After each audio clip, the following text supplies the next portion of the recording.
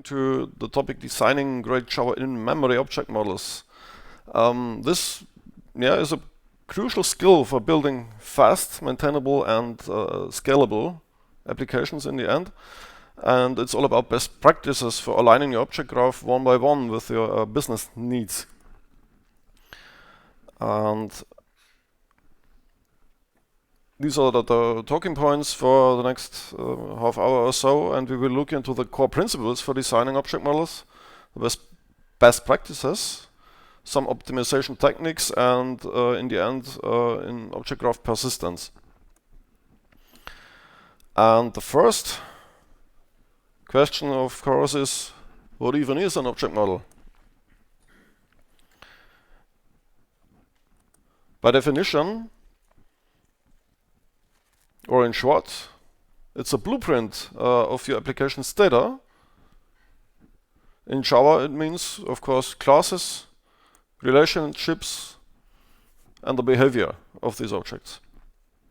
And in an ideal world, it is a well-designed model, or a well-designed model should be intuitive, meaning it's easy to understand for everybody which is using it. It should be efficient, meaning quick in memory, and it should be adaptable, easy to change. Now, seems easy enough, right? But we have to face some challenges, of course, to get to our goals. In my experience, the biggest one is to capture the real-world domain accurately. And the hard part is translating the sometimes messy and mostly constantly evolving real-world concepts into clean and structured objects. And this matters because a model that doesn't match how the users or the businesses think leads to confusion and bugs. And in the worst case, to an unsuccessful project. And as a tip, it's crucial to involve domain experts early and consider techniques like domain-driven design.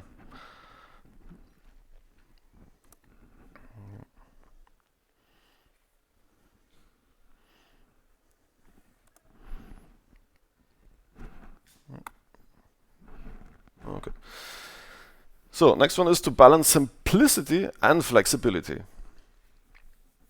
So we have to keep the model simple without boxing ourselves in for future features. So this model matters because if a model is too rigid, it's hard to adapt, and if it's too abstract, it's too hard to understand. So we have to go the middle way. And my experience is it's basically good to focus on the current requirements and leave room to grow and use the design patterns cautiously. So focus on what matters now, not what maybe matter in version 2 or version 3.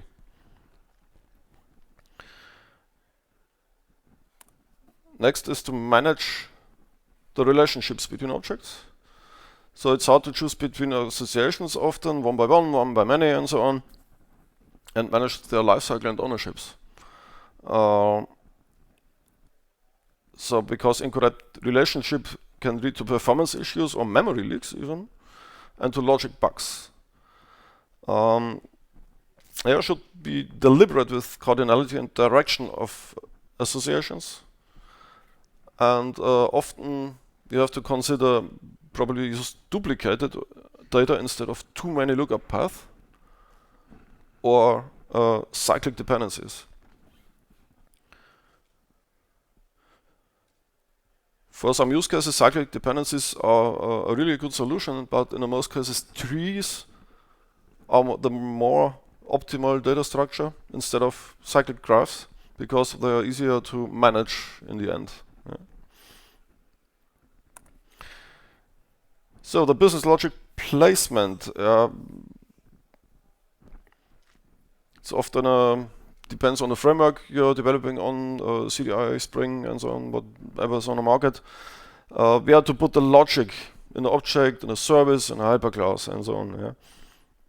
But a poor placement of this logic can lead to so-called God services, one big service which does it all, which manages everything, or an anemic model, basically empty data types which do nothing, only fields with getters and setters.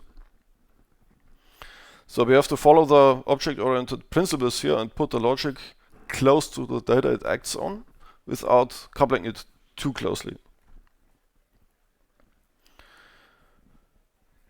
So we have to ensure consistency and validation to keep a consistent data model. This is one of the more crucial parts, because guaranteeing that objects remain valid throughout their life cycle, it's crucial to keep consistent and valid objects. Because if you don't manage this, it can lead to an unpredictable system behavior, to inconsistent state, bugs, and in the end, maybe loss of the project. So solutions for that, of course, are to use encapsulation and invariance with proper validation to avoid even getting an inconsistent state in the model itself, and to protect the object's integrity.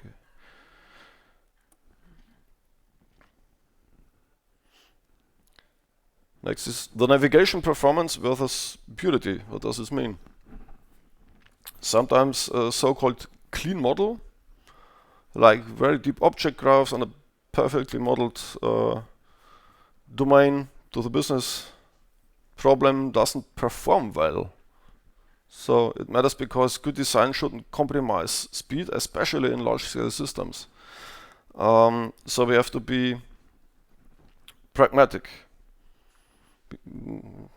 Techniques like lazy loading in a graph, caching, or even denormalization when needed.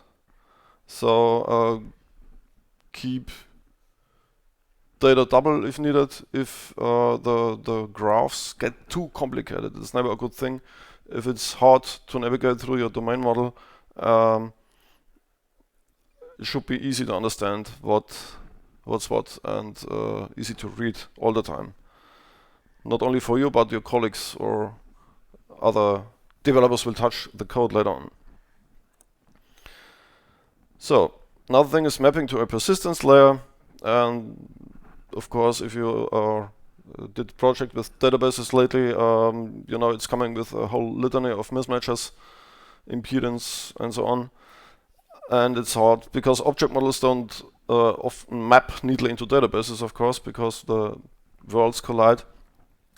And a poor mapping can cause issues with data integrity, performance, maintainability, and so on. So you have to know your tools, your mapping frameworks. Sometimes flattening the model helps, or use different solutions for persistence. Next one is supporting maintainability and testability.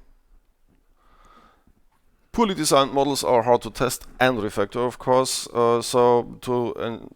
You have to keep the maintainability to ensure a long-time safety when evolving our system when new versions arrive. And a good tip is to keep the objects loosely coupled and designed with testability in mind. So use interfaces, smaller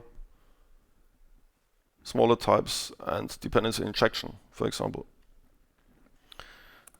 Then we have to deal with change, and that's hard because business requirements change frequently, but object models tend to calcify. And this matters because a rigid model becomes a liability over time, of course.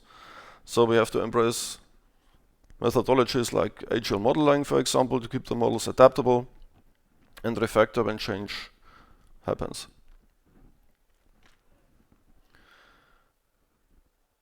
On our way, we have to avoid some common pitfalls to be avoided. So-called God objects. Problem: a single class does too much, simply put. Yeah. Handles logic, maybe no storage, some UI and so on. That's bad. It breaks the single responsibility pattern, a single responsibility principle, and it becomes hard to maintain over time. So we have to break it up, break responsibility into smaller, more focused classes. Yeah. The over-engineering part, yeah, I've seen some really bad examples in the past, especially in the Java Enterprise environment. Extensive abstraction layers and map-on layers on interfaces, factories, services, and DTOs and DIOs, and mappers even for the trivial task in the end just to copy data from A to B without any use. So, yeah, adding unnecessary abstraction and interfaces layers too early complicate things, and yeah, it makes the design more complicated to understand and maintain. So design for the current needs, not imaginative future use cases. It's also called the Yang principle. You aren't gonna need it. So keep it simple from the start. Tight coupling could be a problem, of course, when classes depend too heavily on each other. And that's bad because it's hard to change one class without affecting others. So always use interfaces or use dependency injection and composition instead of inheritance to decouple. Another pitfall, a common pitfall, is pure encapsulation, meaning if objects expose too many internal details, for example, public fields or getters and setters for everything, or the exposure of mutable collections, so it could break the object's integrity and the control over the internal state. We have to keep our fields private and expose only what's necessary, best through defined interfaces in an optimal object model.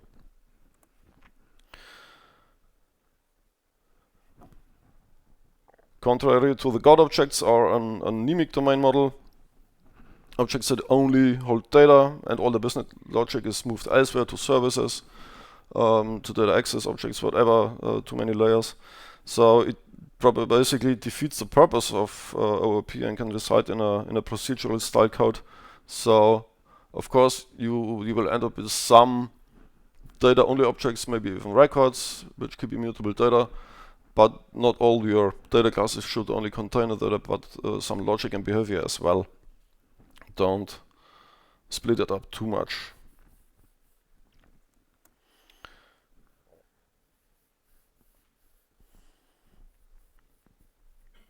So a lack of inheritance strategy can be a problem. Random or inconsistent use of inheritance and interfaces.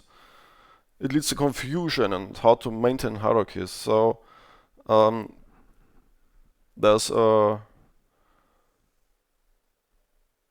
thing to remember: use inheritance only when it is a relationship. Otherwise, prefer composition. For example, an employee is a person. Makes sense to extend, but for behavioral stuff, for example, always prefer the composition technique. Circular dependencies can be a problem as well. Two or more classes depend on each other directly. It can cause code to be fragile and difficulty to test. So it's always good to refactor to eliminate cycles if possible. For example, by introducing interfaces or a mediator class.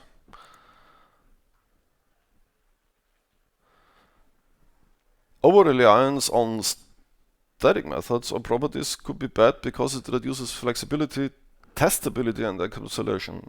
If you want to mock stuff, it's hard to do if static classes are around.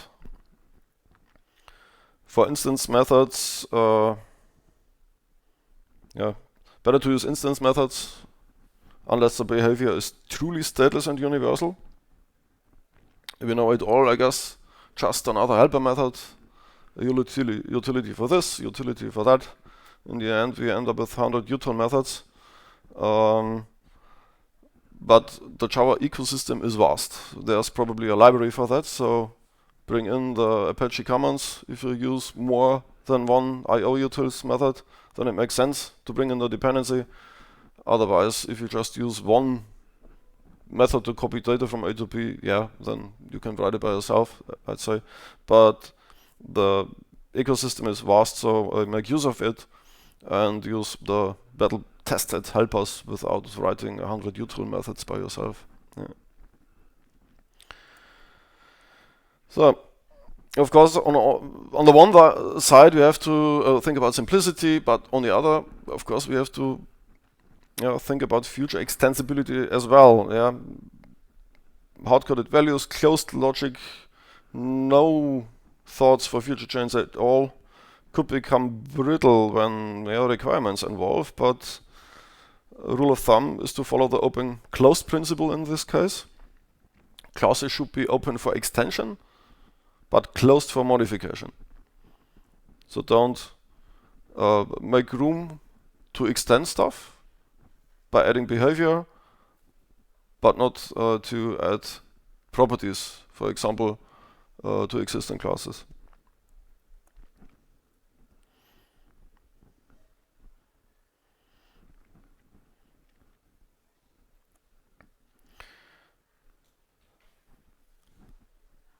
So some common goals for a really good object models, of course, are some principles everybody should heard of, I guess. Separation of concerns. So common software design principle that involves dividing a program into distinct sections, where each section addresses a separate responsibility or concern. A concern is simply a set of information or behavior that affects a specific part of the program, like user interface, business rules, or data storage. And the goal is to organize the code in a way that each part of the system does one thing well and is isolated from unrelated responsibilities. So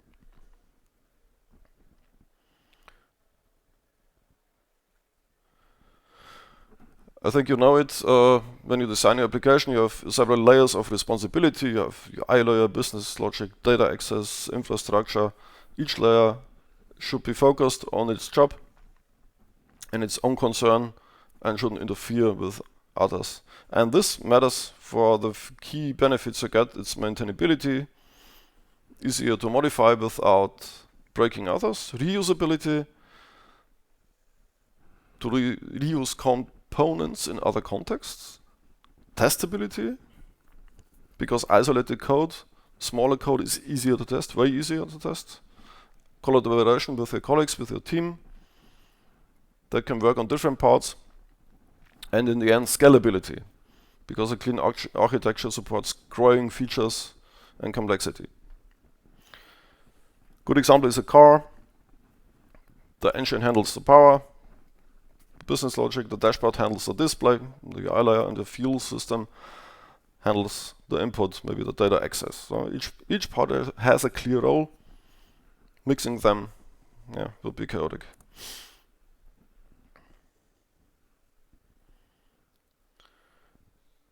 A monolithic structure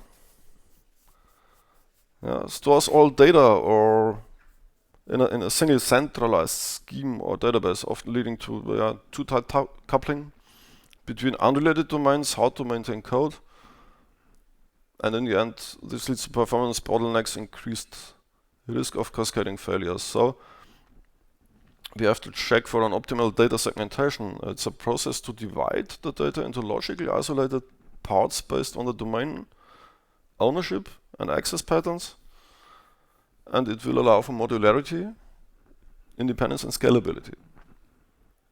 So strategies for an optimal data segmentation, of course, is domain-driven design, bounded contexts, split by business domains. Each context has its own module or at least a package, and this promotes a clear ownership and language within each context. Or microservices architecture, or the modular monolith is the last one, if you're not ready for microservices or over microservices. Yeah. And of course, encapsulation to hide implementation detail. It's common practice to bundle data and the methods that operate on a data within a class and restrict the direct access to the object's components, and basically hiding the implementation detail. And the main goal is to hide these internals of an object from the outside world, exposing only what's necessary through well-defined interfaces. Rule of thumb, expose the behavior, not the implementation.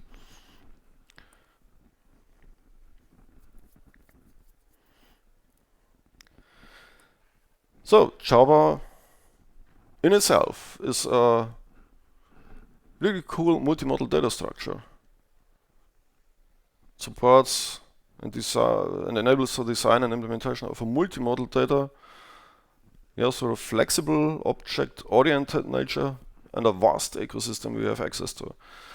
Java naturally organizes code around objects, which align well with modeling real-world problems, of course, entities and relationships, and you can easily design data as trees, graphs, lists, maps, etc., depending on the application's needs. We have the collection frameworks we can leverage. We have external libraries we can bring in for monetary data, for sensoric data, for time series. There's a library for everything. We have support for graphs, documents, even, and relational models, overlays, and so on. So we should leverage this in our cool language and design with all the features at our fingertips.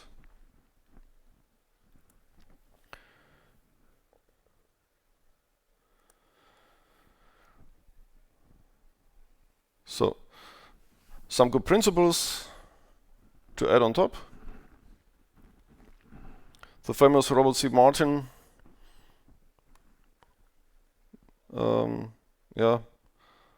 had this idea, basically, the single responsibility principle.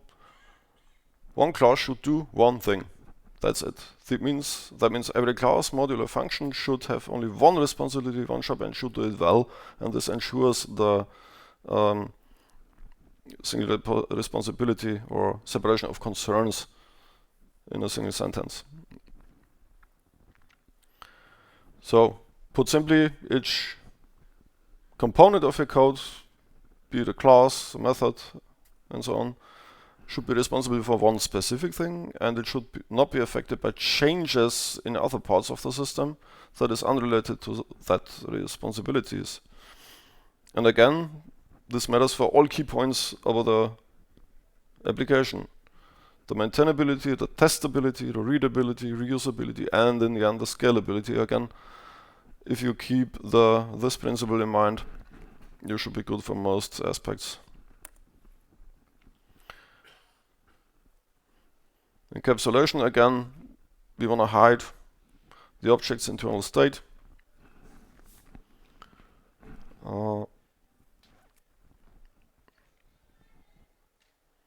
And all interaction with this internal state should be performed through the object's method in the best way, public interface.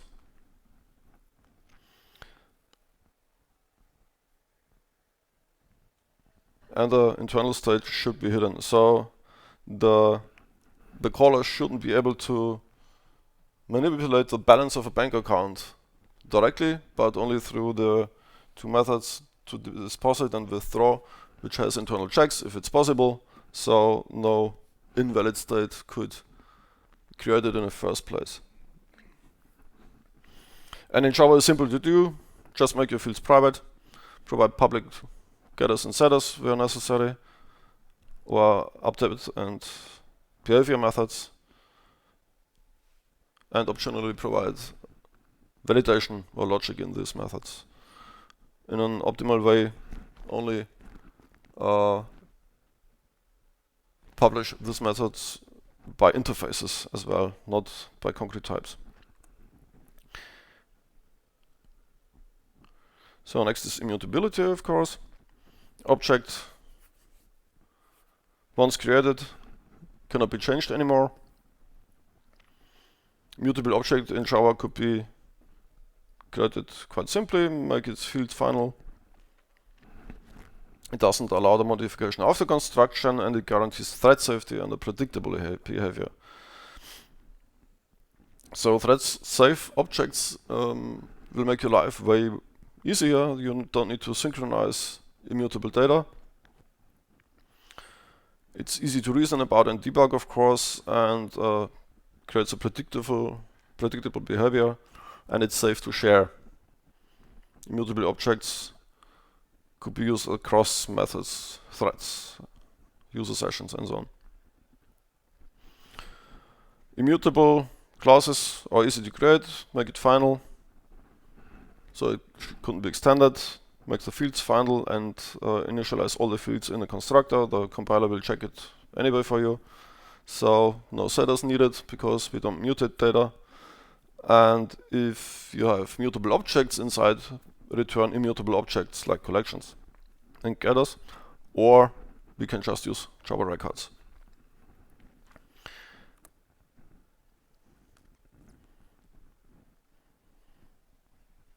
Whenever possible, of course, use composition over inheritance to avoid the deep complex hierarchies. And we'll prefer interfaces and delegation.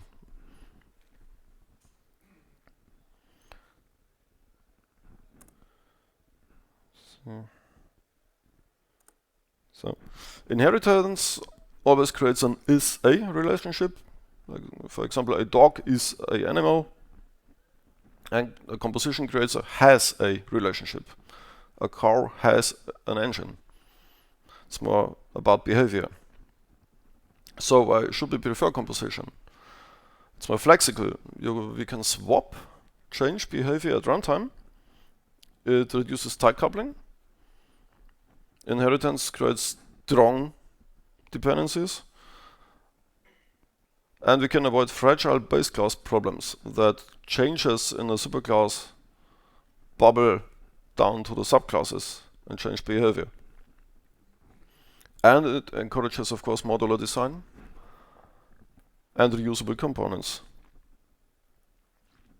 So in this code, as an example, if we need an ostrich on top of the penguin, on the left side we have to create a new class which extends the bird. On the right side we just instantiate a bird with a no-fly behavior, and we have the behavior of an ostrich without changing or creating or introducing new classes. So we have a way more flexible code and an easier to maintain code.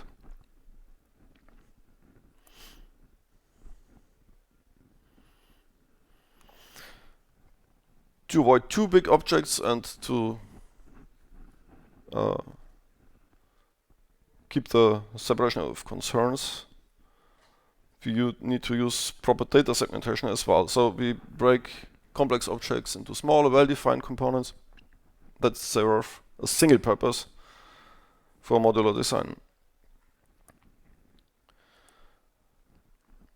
Each class does one thing well.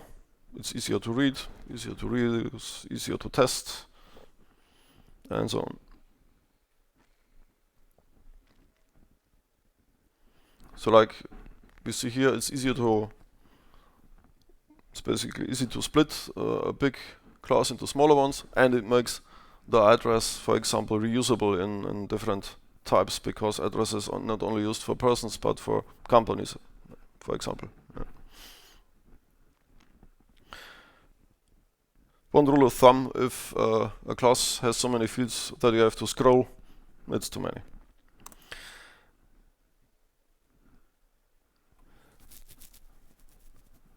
One thing we like to use in our frameworks, which has proven a good decision, is an interface-driven design. So we first define the interfaces and then build implementation based on those interfaces, and we always program against these interfaces and not concrete types.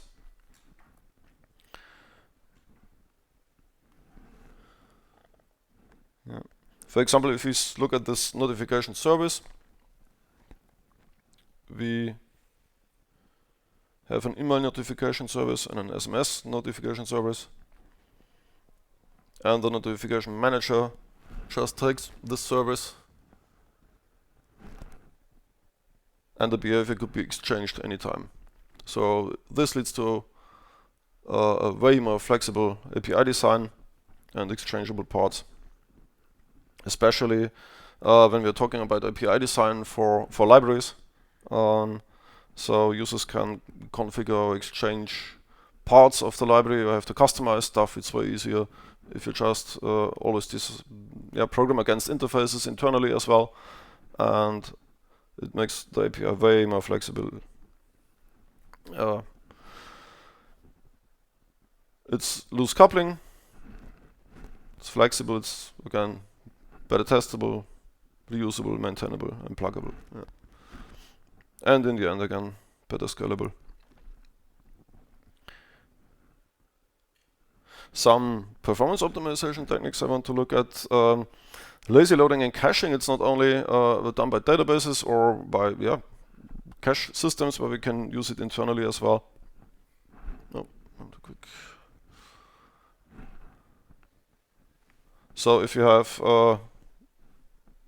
bigger data you have access to, use lazy initialization and load the data only when needed. Or you can cache data internally, maybe with 3 weak references, so that the garbage collector can remove them and can be reloaded later on demand. So to keep the heap as small as possible, the job for the garbage collector as small as possible, which makes, in the end, a better performing application. Another thing is using specialized collections, for example. If you have primitive types, there are special collections, for example, in the Eclipse collection library. Don't use wrapper types in a Java array list. It creates way too much overhead. So better use mutable primitive collections which are optimized. And this is a classic example of don't overcomplicate it and create too much customized stuff. There's probably a library for that for this case. The Eclipse collections, if you need more complex collections for binary bimaps or by trees, for example, the GoAlpha collections from the Google guys have a lot of specialized stuff, and there's a monetary API for money handling and so on. So use libraries which are specialized for the job, and they are optimized for the stuff. It's not just syntax sugar, but the internal structures are designed around the needs. In this case, you have a stack of primitives instead of wrapper objects, which come with a way lower overhead in the end. So, of course, we have to prevent memory leaks.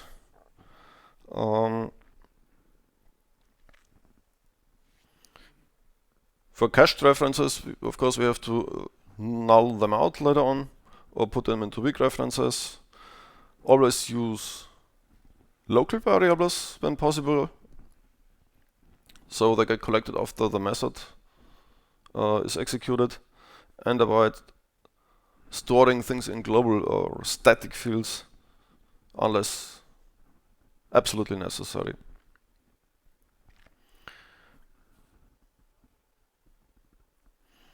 Especially if you store large objects or large collections into the static context, they will never be cleared by the garbage collector and can cause memory leaks very easily. And one thing is to use the weak, soft, or phantom references of the JDK, so that the garbage collector can clear the stuff out when needed. And to check the behavior, how the objects are collected and so on, there are cool tools on the market, of course. We can use profilers. There are profilers built in the JDK. We can use profilers from third-party libraries. And they are a very good tool to identify memory leaks and performance bottlenecks. And you see what objects are kept on a heap, what methods keep way too much time or need way too much time, and you can see the memory spikes or processor spikes, and identify the points in your code and optimize it. So, and last but not least, topic persistence. Now, after we have designed our a great object model for our application, for our business problems. We want to persist this stuff, and we will end up with the mismatch between the two different worlds. On the one side we have our application with our object graph, on the other side we have a database, and there is a whole litany of mismatches, the granularity down to data type differences and so on. So in the end we need to adapt our model again. Our Java classes are a well-designed object model just to achieve a persistent state of the application. The same with modern databases, column,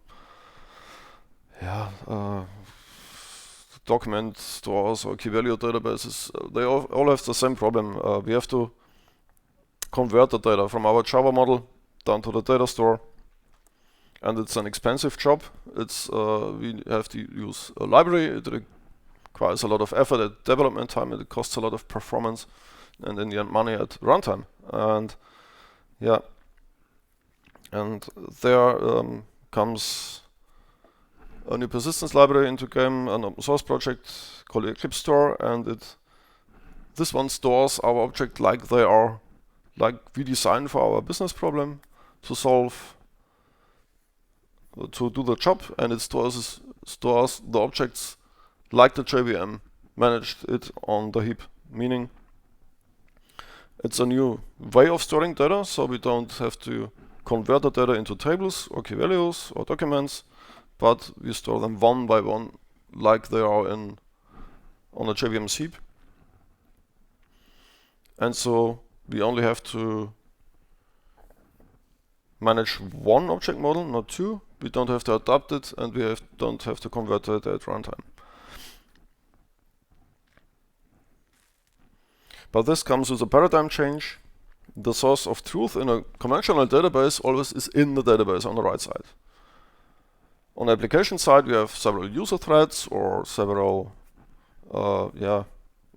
microservices, whatever. It's just called user here. Every process, every user which accesses the data becomes copies of these objects, can manipulate these objects or can work on these objects, and they basically work in isolated user sessions, working copies of object graphs, but we have to do the mapping for every single request, or we have to put caches in between, and we have two data models. So the idea behind EclipseStore is to put these responsibilities into the application. The source of truth is now in the application layer, and the binary target is just kind of a backup of this state. And all the user threads work on one shared object graph. So this moves most of the responsibilities back to the application layer where it actually belongs, and the binary target is just a data store, and the application is the boss of everything and not some database server.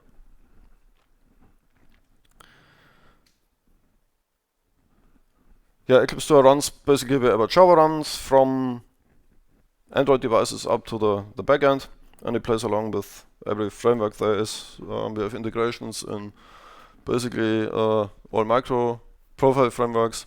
We have integrations for Spring Boot. The Electron guys integrated us as well.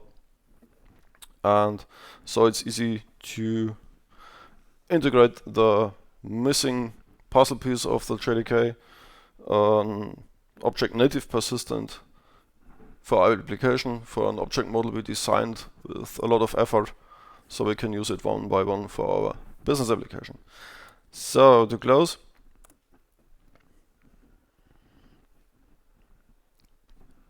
we have to design our objects for clarity, for extensibility, for reusability. We can optimize it for speed, and in the end we can persist it effortlessly without a change of our well-designed object model. So if you're interested in this library in EclipseStore, there are some links. We have JAVAPRO provides free trainings for EclipseStore, online trainings, and of course we over there at our booth. So I guess we have some time left for questions.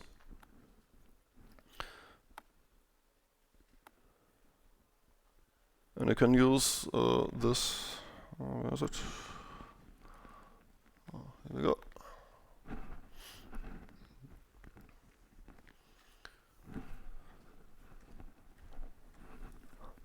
Right.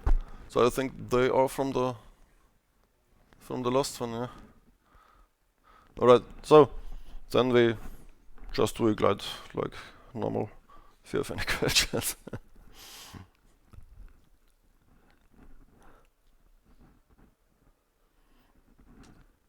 Alright, so thanks for joining, and still have fun the last day at the JCon. Thank you.